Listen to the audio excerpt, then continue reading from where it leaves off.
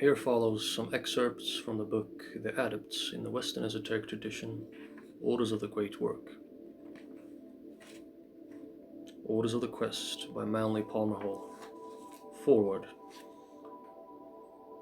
In this outline of the Adept tradition, as it has descended through the mystical associations and fraternities of Europe, we are developing our subject material according to a definite plan.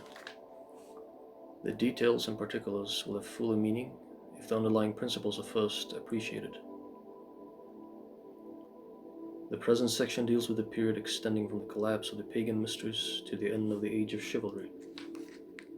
For practical purposes, the esoteric schools, which championed the human cause through the Dark Ages and the medieval world, may be considered together as the Orders of the Quest. The symbolism and rituals of these fraternities of the Middle Ages involve the search for something remote or hidden. To succeed in the quest, the knight or companion, meaning the disciple, must dedicate himself to the service of his afflicted and exploited fellow man.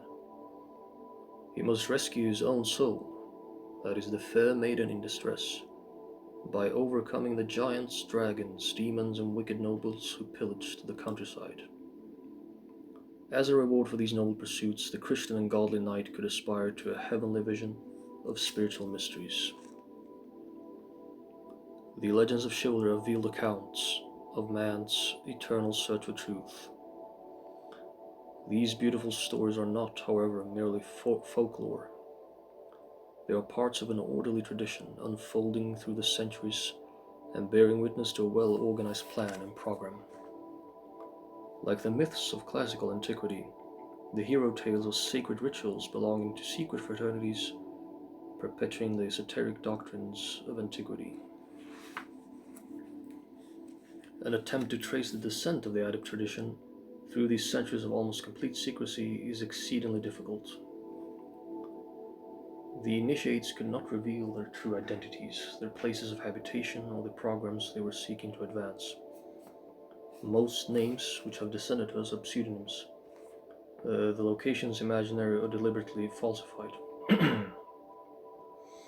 And the projects themselves concealed under extravagant fables. Unless the student has some sympathetic grasp of the situation and has trained himself to observe landmarks, he can discover little of genuine significance. It has seemed advisable, however, to approach the subject in a sober and factual manner. We have purposely avoided such reports and accounts as depend entirely upon extrasensory perception for their validity. We are fully aware of the so-called clairvoyant investigations and the secret histories which are preserved and taught by modern mystical sects. It does not seem necessary to our purpose to either accept or reject these traditions, although their inclusion certainly would add glamour to the narration. The Adept tradition in early Europe is traceable by natural means and normal faculties, if we are prepared to undertake the task and have access to the necessary reference material. It is quite possible to overlook or undervalue obscure details. But these do not impair, certainly they do not discredit the major premise. There is an incontrovertible mass of evidence indicating the existence of initiated philosophers possessing a superior knowledge of divine and natural laws. There is also sufficient proof that these initiates were the agents of a world fraternity or brotherhood of adepts that has existed from the most remote time. This over-fraternity has been called the philosophic empire of the Great School, the College of the Holy Spirit, and the invisible government of the world. References to this sovereign body of the ancient ones of the earth occur in the sacred writings, the philosophical literature, and the mystical traditions of all the races and nations of mankind. We have selected from the most reputable sources vestiges relating to the Academy of the Adepts. The reader is invited to consider these fragments, to examine their contents, and to discover for himself the veritable accounts which they conceal. We believe that a thoughtful and discriminating student will have little difficulty in recognizing the essential landmarks. We further believe that he will come to understand why we have referred to the stream of the secret doctrine as humanism. The term is not used in its popular sense, but to describe the grand program of the mystery schools for the emancipation of man from bondage to ignorance, superstition, and fear. We now continue with the chapter The Knights Templars. The Order of Knights Templars was founded in 1118 by Hugh de Payne and Geoffrey of St. Omer, together with 7 other French knights then stationed in Palestine. These gentlemen were motivated by a determination to guard the roads of Christian pilgrimage to the shrine of the Holy Land. During the first 9 years of the order, the Templars lived in extreme poverty. Hugh de Payne and Geoffrey of St. Omer had but one war horse between them. This circumstance was perpetuated on the Great Seal of the Templars, which consisted of 2 knights seated on one charger. The influence of the order increased rapidly, for it appealed to the concepts of chivalry which dominated the minds of the time. In 1128, the Council of Troyes graciously acknowledged its motives and principles, and Saint Bernard prepared a code for the spiritual and temporal guidance of the knights. Pope Honorius confirmed the order of the Temple, and appointed a white mantle as the distinguishing habit. Later, Eugenius III added a red cross to be worn affixed to the breast. They also had a banner made of stripes of red and black cloth. The members were bound by severe obligations. They took vows of poverty. They ate only the coarsest of foods, and were denied the simplest of pleasures, even those of the hunt. When not warring against the enemies of Christ and the Church, they lived in monastic seclusion in the various houses of retreat which had been assigned to them. And here they divided their attentions between such religious activities as prayer and penance, and such practical concerns as furbishing their armor and mending their clothes. They were forbidden the common military recreation of gambling, and could not even play chess. Candidates for initiation gave all their property and personal goods to the order. Thus, while each was individually poor, the body as a whole became enormously rich. The principal officer of the Templars was the Grand Master, and as the worldly estates of the body increased, he ranked as a prince at all the courts of Europe.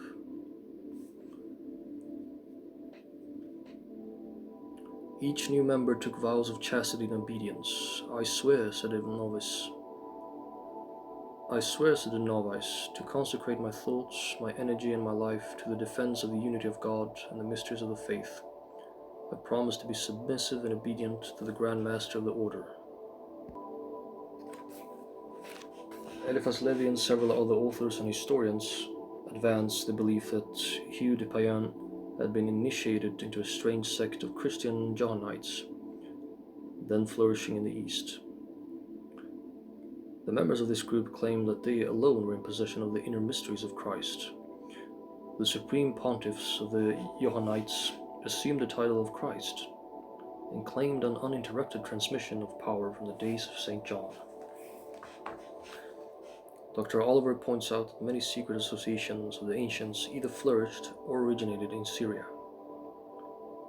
It was here the Dionysian artificers, the Essenes and the Chalcidians arose. In a work published in 1855, Dr. Oliver says, "We are assured that, notwithstanding the unfavorable conditions of that province, there exists at this day on Mount Libanus one of these Syriac fraternities." As the Order of the Templars therefore was originally formed in Syria and existed there for a considerable time, it would be improbable supposition that they received their Masonic knowledge from the lodges in that quarter.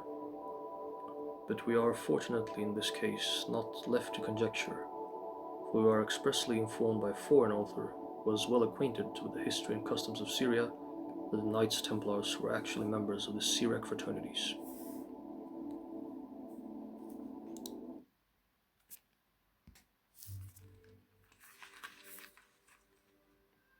To understand the forces operating behind the Knights Templars, it is necessary to examine the doctrines of the Johannite Order of Oriental Christians. They seem to have derived inspiration from the Nazarenes and certain Gnostic sects that denied the divinity of Christ but acknowledged Jesus to be a great and holy prophet. They rejected utterly the Immaculate Conception and other cardinal tenets of the Western Church. The Johannites claimed to possess ancient records to the effect that when Jesus was a small child, he was adopted by a rabbi named Joseph, who carried him into Egypt, where he was initiated into the occult sciences. The priests of Osiris, regarding him as a long-promised incarnation of Horus expected by the Adepts, finally consecrated him sovereign pontiff of the universal religion. At the time of Hugh de Payan, the Theocletus was the living Christ of the Johannites. He communicated to the founders of the temple the ideas of a sovereign priesthood of dedicated and initiated men united for the purpose of overthrowing the bishops of Rome and the establishment of universal civil liberty. The secret object of the Johannites was the restoration of the esoteric tradition, the gathering of mankind under the one eternal religion of the world.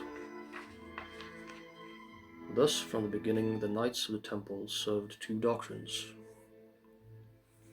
One was concealed from all except the leaders and certain trusted members. The other, publicly stated and practiced for the sake of appearances, conformed with the regulations of the Church. Although some opponents declared that the Templars were seeking to dominate European civilization and establish their own sovereignty over both Church and State, like the Teutonic Knights of Prussia or the Hospitallers of Malta. These accusations reveal a complete ignorance of the secret philosophy of the Temple.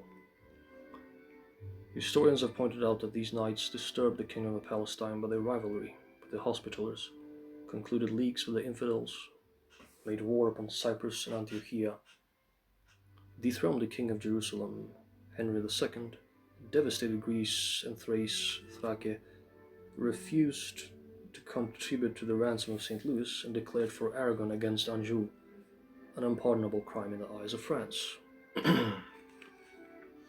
Nothing is said, however, of the corruption that flourished among the institutions which the Templars opposed. At worst, they could be guilty only of counter-conspiracy, for Christendom at that time was devoted to a grand conspiracy against the parts of itself. Jacques de Molay, the last Grand Master of the Temple, was elected in 1297. Historians agree that this French knight was a man of noble character and conducted himself in an estimable manner throughout the difficult and tragic years of his rulership. Writers with various personal attitudes have advanced several explanations for the circumstances which led to the persecution and destruction of the Order of the Temple.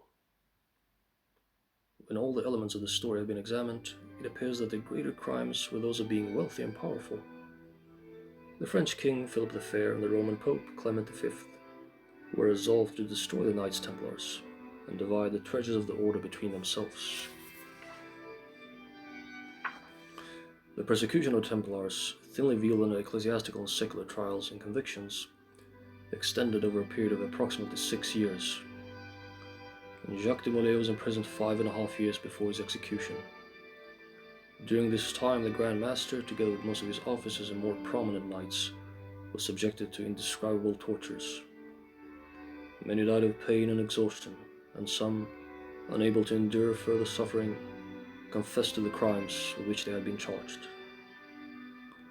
A number of these, however, later retracted their confessions and died gallantly, rather than to perjure their immortal souls to preserve the bodies. Typical of the means employed to destroy the temple is the manner in which the first charges were made.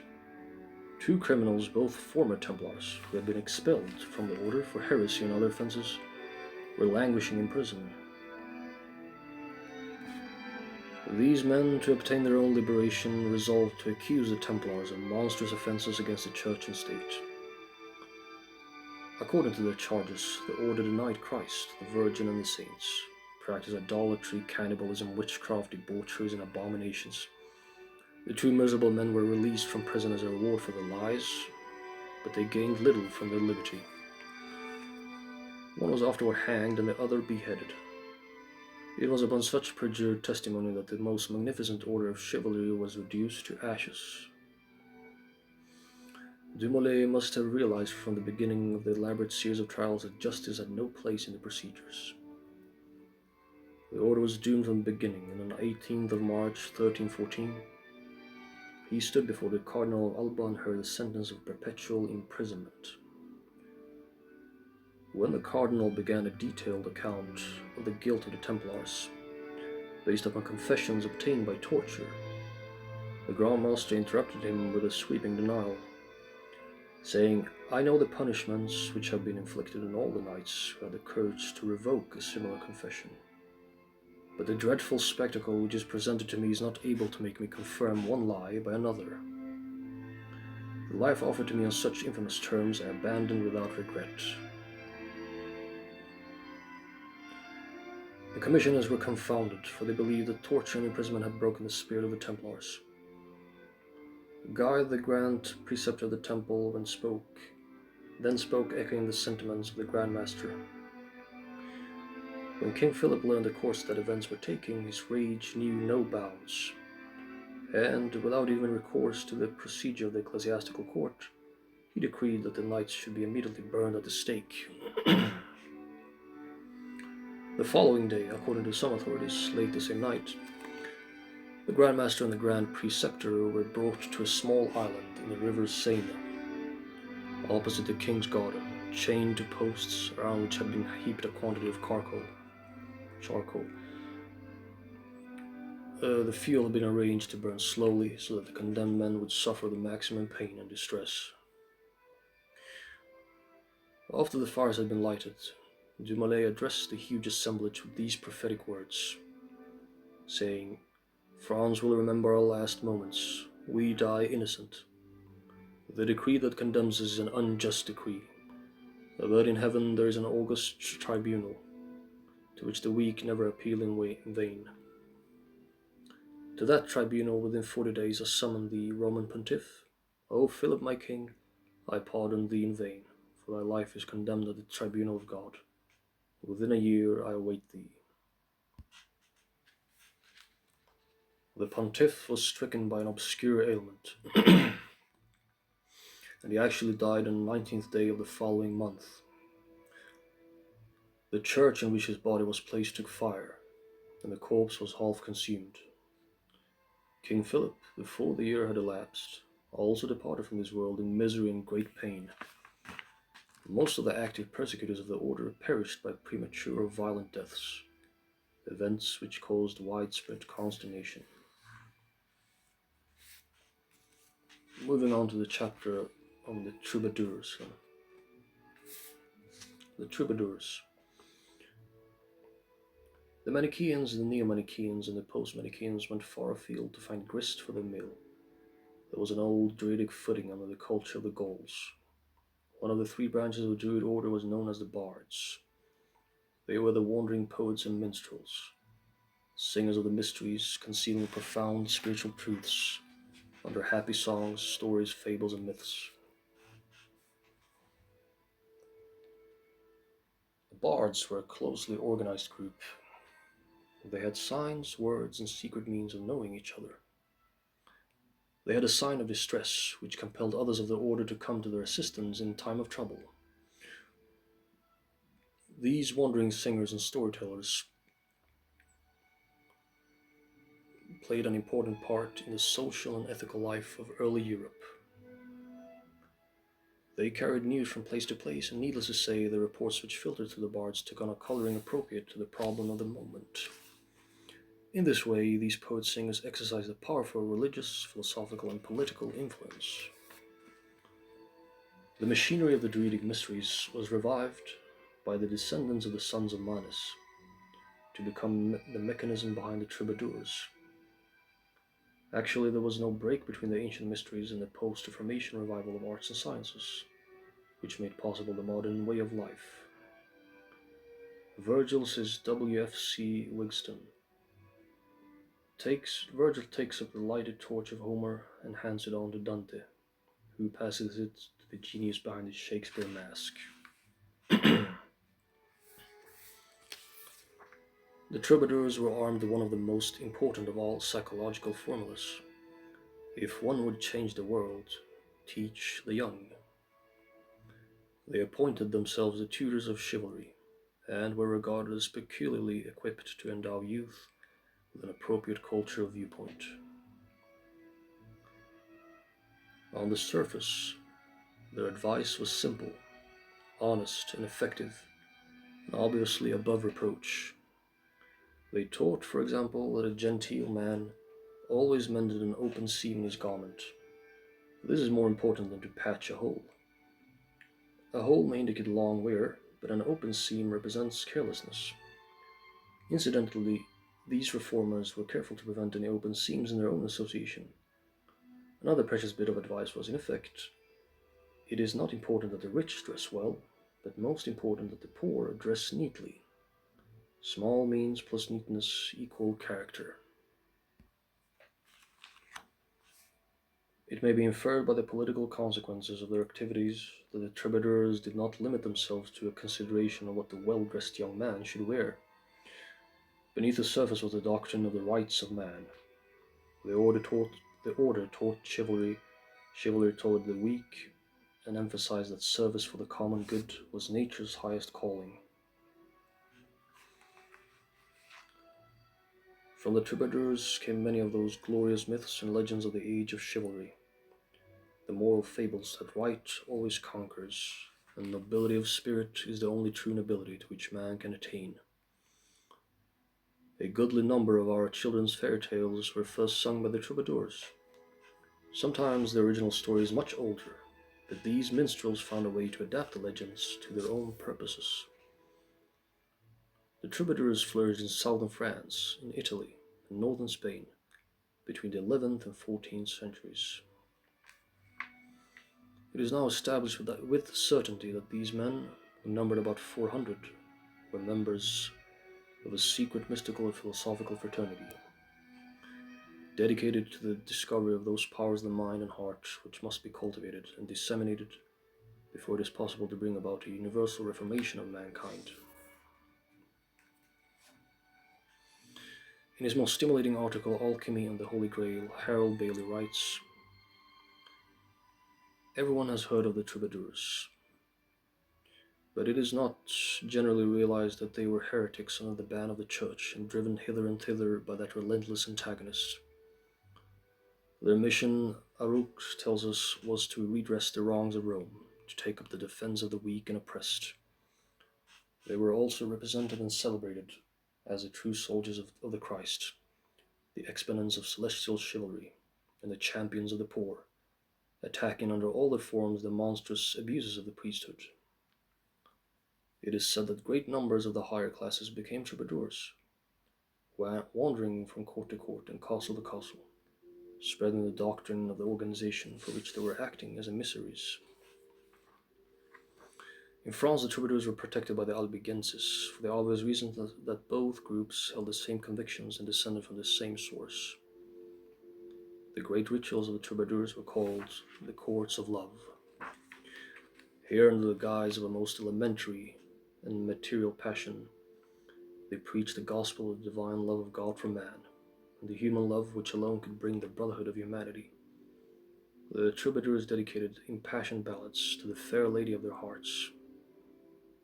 Only the initiates, however, knew that this lady was the Isis of Sais, the Sophia of the Gnosis, and the Diana of the Ephesians, Ephesus. The body of the learned which formed the secret council of the order was the custodian of an esoteric tradition that had descended from the Druidic, Egyptian, and Chaldean sages. These minstrels concealed their knowledge from the profane, not because they desired a superiority for themselves, but for the sake of self-preservation. The name troubadour,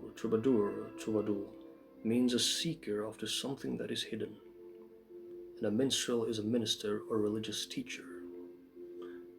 But if the troubadours worked quietly and industriously to further their doctrines, The adversaries were no less cunning. The church and state, aware that open rebellion threatened if the Troubadours were successful in setting up their great court of love, meaning world democracy, according to Malipano, quietly but relentlessly tore down each structure raised by the singing sages. To preserve the social status quo, the Inquisition was set up, and one by one the initiates of Manus were trapped on some pretext. The real reason for their destruction was their political plotting against ecclesiastical and temporal autocracy. Once again, the sons of the widow, perished at the stake or gibbet, were broken on the rack. It is said that Dante was a troubadour, and when we examine the structure of the Divine Comedy, the conviction grows. Saint Francis of Assisi is believed to have received his first inspiration to mystical devotion from the courts of love. Among other important names associated with the order are Richard the Lionhearted and the poet Petrarch.